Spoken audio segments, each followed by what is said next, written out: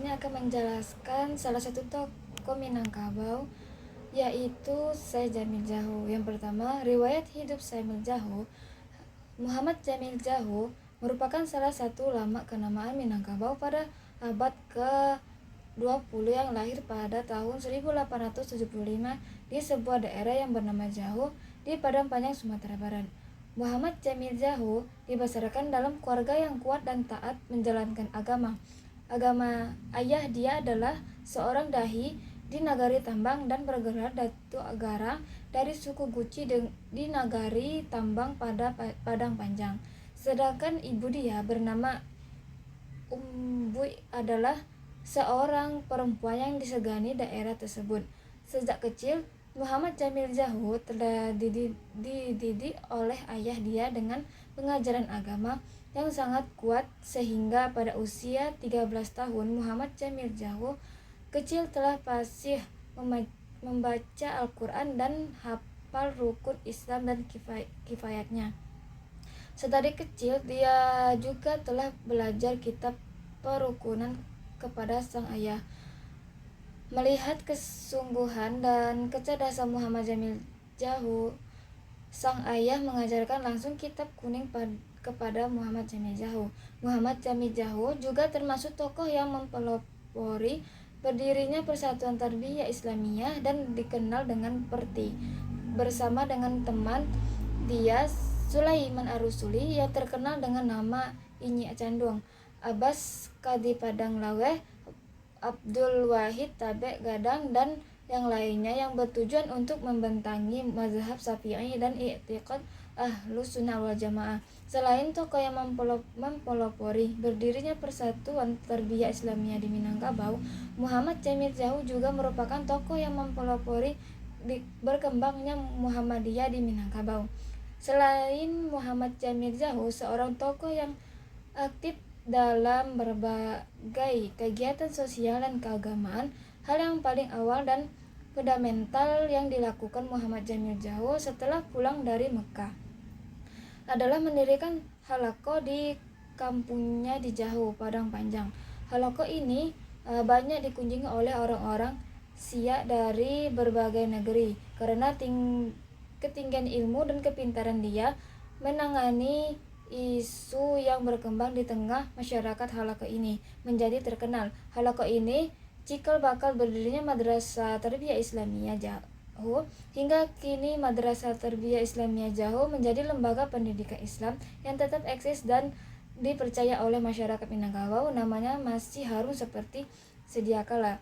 Di madrasahnya, Madrasah Tarbiyah Islamiyah Jahu, Muhammad Jamil telah mengajarkan ilmu-ilmu keislaman bertaraf tinggi jika dibandingkan dengan madrasah sezamannya. Transmisi keilmuan diajarkan lewat kitab kuning melalui matan, mulai dari matan hingga syarah dan hasyiyah.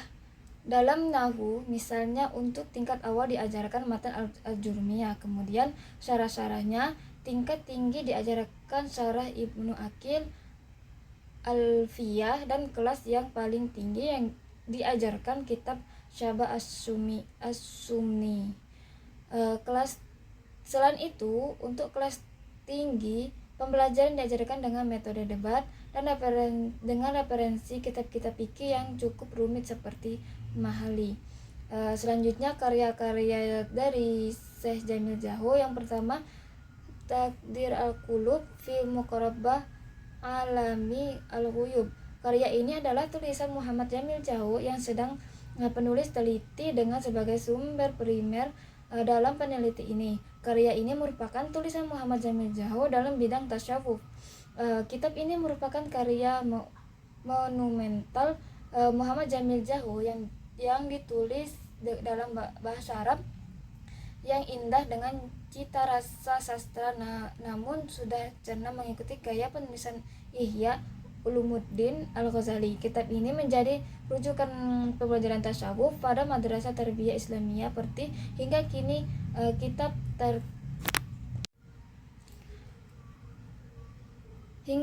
kitab Tadkhirah Al-Qulub bi Muqarabah Alam Al-Ghuyub lebih kurang terdiri dari 65 halaman yang dibagi menjadi 2 bagian ya, dan terdiri dari 5 bab dan terbagi ke dalam 18 pasal.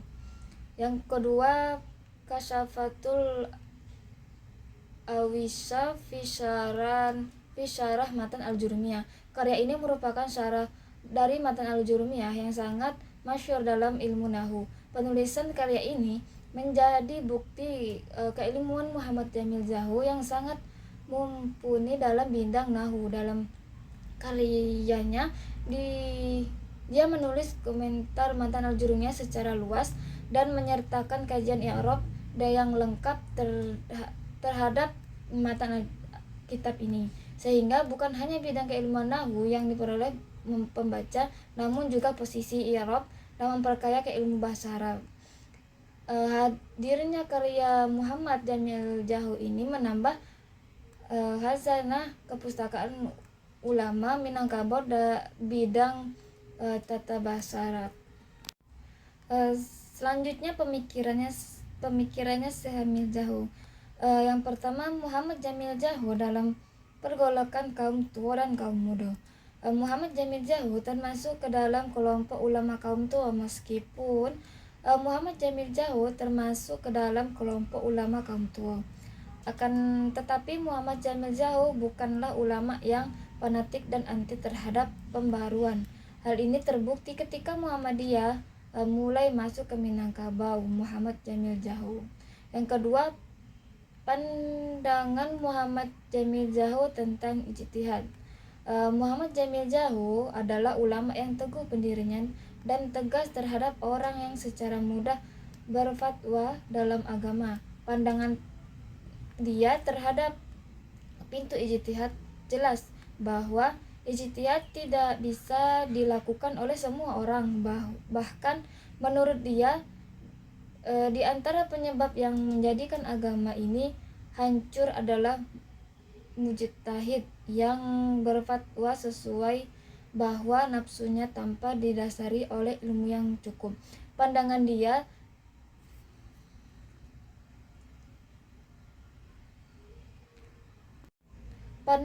terhadap ijtihad jelas. Dia mengatakan bahwa ijtihad hanya dapat dilakukan oleh orang-orang yang memiliki kapabilitas dan memenuhi syarat-syarat sebagai seorang mujtahid. Sekian dari saya. Assalamualaikum warahmatullahi wabarakatuh.